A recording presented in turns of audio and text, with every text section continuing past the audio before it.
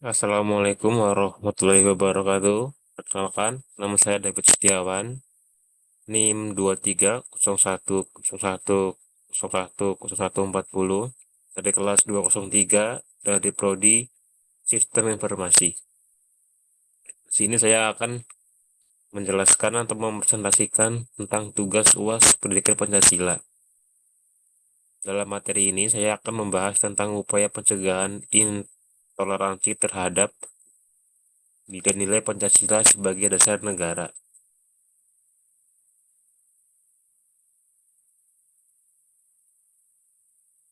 Pancasila. Pancasila itu adalah ideologi dasar bagi negara Indonesia. Pancasila sebagai dasar negara Indonesia memiliki fungsi sebagai pedoman atau landasan hidup berbangsa dan bernegara. Bangsa Indonesia merupakan bangsa yang multikultural, memiliki keragaman dari setiap segi kehidupan, yaitu beragam, suku, agama, ras, golongan, budaya, adat, dan lainnya, yang menjadi sebuah peradaban yang harus dijaga dengan baik. Para pendiri bangsa menempatkan sila pertama ketuhanan yang Maha Esa sebagai konsep yang paling mendasar. Maka sila Pancasila dari sila pertama berbunyi ketuhanan yang Maha Esa. Hal itu dilakukan karena para pendiri bangsa mengetahui bahwa persoalan agama sangat sensitif dan akan menjadi suatu masalah di masa yang akan datang apabila tidak dilaksanakan secara baik. Hingga saat ini ada 6 agama yang diakui secara peraturan perundang-undangan di Indonesia, yaitu Islam, Kristen, Protestan, Katolik, Hindu, Buddha, dan Konghucu. Keenam agama tersebut pada dasarnya semua mengajarkan nilai-nilai kebaikan yang sesuai dengan penerapan dan pandangan Pancasila. Pada prinsipnya, Pancasila merangkul semua umat beragama, semua golongan tanpa terkecuali. Namun pada kenyataannya kerap pada isu-isu intoleransi seperti suatu sikap maupun tindakan intoleransi terhadap umat beragama. Banyak faktor yang menyebabkan sikap intoleran muncul terhadap umat beragama. Salah satunya adalah menggunakan agama sebagai alat mencapai tujuan yang bukan tujuan agama itu sendiri, melainkan kepentingan pribadi atau menggunakan agama untuk mencapai kedudukan sosial dan kekuasaan. Selain itu, pemahaman terhadap kebinekaan yang terangkai dalam nilai-nilai Pancasila yang mengalami kemunduran. Intoleransi. Dalam bahasa Latin, intoleransi yaitu tolerantina, berarti kelonggaran, kelembutan hati, keringanan, dan kesabaran. Secara umum, istilah toleransi mengacu pada sikap terbuka, lapang dada, sukarela, dan kelembutan. Kebalikan dari nilai-nilai toleran adalah intoleran yang dapat diartikan secara sederhana tidak menghargai perbedaan antara sesama, baik dari sisi agama, etnis, ataupun yang lainnya, sehingga dapat menimbulkan kebencian bahkan kekacauan.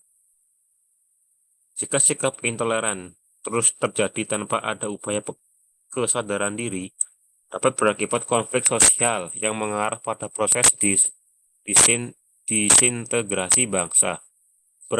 Berdasarkan hal tersebut, maka Pancasila menjadi sebuah alat pemersatu bangsa Indonesia agar tidak terpecah belah. Namun di era sekarang ini banyak menjumpai sikap intoleran di lingkungan masyarakat maupun di dunia maya, seperti di media sosial dan lain sebagainya. Yang hal tersebut bertentangan dengan nilai dari Pancasila dan tidak mencirikan sebagai warga negara yang baik. Berikut adalah contoh kasus intoleransi yang pernah terjadi di Indonesia, tepatnya di Jakarta. Pada saat itu, masjid di Kabupaten Tolikara dibakar umat Nasrani menjelang sholat sekitar pukul 7 WIB, Jumat, tanggal 17 bulan 7. Humas Polri Kombes Agus Rianto mengatakan, kasus itu bermula saat sangat umat Islam Karubaga Kabupaten Tolikara hendak menjalankan sholat Idul Fitri. Tiba-tiba sekelompok massa dari luar berteriak-teriak. Umat muslim yang hendak sholat sontak kaget dan langsung melarikan diri ke Koramil dan pos 756 WMS untuk meminta perlindungan. Sepeninggalan umat Islam itu, masjid tersebut dibakar. Menurut Kapolri Jenderal Badrodin Haiti, inti persoalan adalah jemaat Nasrani merasa terganggu dengan speaker masjid umat Islam yang akan melakukan sholat Id. Umat Nasrani mengklaim suara speaker yang dipasang di tengah lapangan mengganggu ketenangan umum.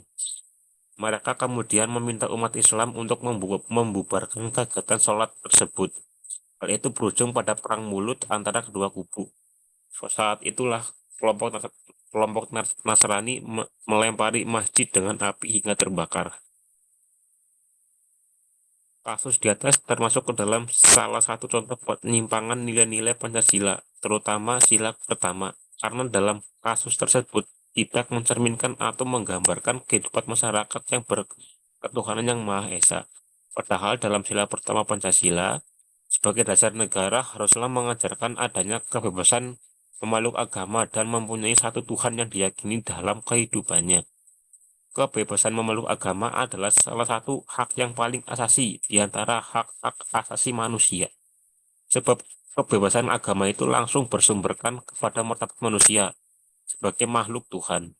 Namun, kasus di atas tidak mencerminkan adanya kebebasan memeluk agama dalam masyarakat Tolikara.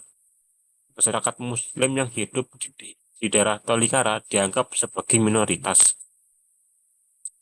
Dalam melakukan ibadahnya, umat Muslim yang berada di Tolikara terkadang masih dianggap sebagai pengganggu bagi masyarakat Tolikara yang lain. Masih rendahnya rasa toleransi dan rasa saling menghormati antar umat beragama masih sangat kurang di antara masyarakatnya. Hal tersebutlah yang menyebabkan pembakaran masjid umat Islam di Tolikara terjadi. Berikut adalah upaya pencegahan tindak intoleransi. 1. Menanamkan nilai-nilai toleransi sejak dini. Toleransi adalah sikap saling menghargai dan menghormati antar individu atau antar kelompok yang memiliki perbedaan. Toleransi dapat diajarkan melalui pendidikan formal maupun informal seperti di sekolah, keluarga, lingkungan, media, dan organisasi kemasyarakatan. Kedua, menjaga kerukunan antar umat beragama. Agama adalah salah satu faktor yang sering menjadi sumber intoleransi di masyarakat. Untuk menjaga kerukunan antar umat beragama, perlu menghormati keyakinan dan ibadah orang lain. Tidak menjelek-jelekan atau mengolok-olok agama lain dan lain sebagainya. Yang ketiga, meningkatkan kesadaran multikulturalisme. Multikulturalisme adalah pengakuan dan penghargaan terhadap keberagaman budaya di masyarakat. Untuk meningkatkan kesadaran multikulturalisme, perlu mempelajari dan mengenal budaya lain. Tidak menganggap budaya sendiri lebih baik atau lebih benar dari budaya lain. Merempat, menegakkan hukum dan HAM atau hak asasi manusia. Hukum dan hak asasi manusia adalah instrumen penting untuk melindungi dan menjamin hak-hak setiap individu dan kelompok di masyarakat. Untuk menegakkan hukum dan hak asasi manusia, perlu mematuhi aturan dan norma yang berlaku. Yang kelima, membangun dialog dan kerjasama lintas sektoral. Dialog dan kerjasama lintas sektoral adalah cara efektif yang mempererat hubungan dan memecahkan masalah antara berbagai pihak yang terlibat dalam isu-isu intoleransi di masyarakat.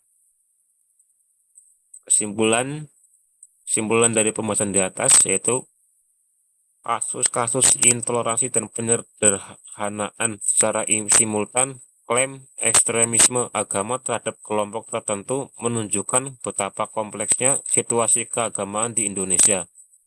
Toleransi di sini bukan hanya dari aspek keagamaan saja, melainkan sangat luas baik dari segi sosial, ekonomi, budaya, suku, ras, dan kehidupan bermasyarakat pada umumnya.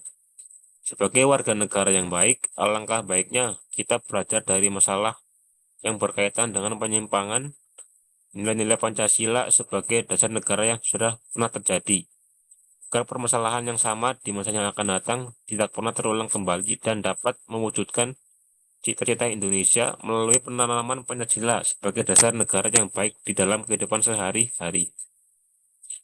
Sekian yang dapat saya sampaikan. Terima kasih. Wassalamualaikum warahmatullahi wabarakatuh.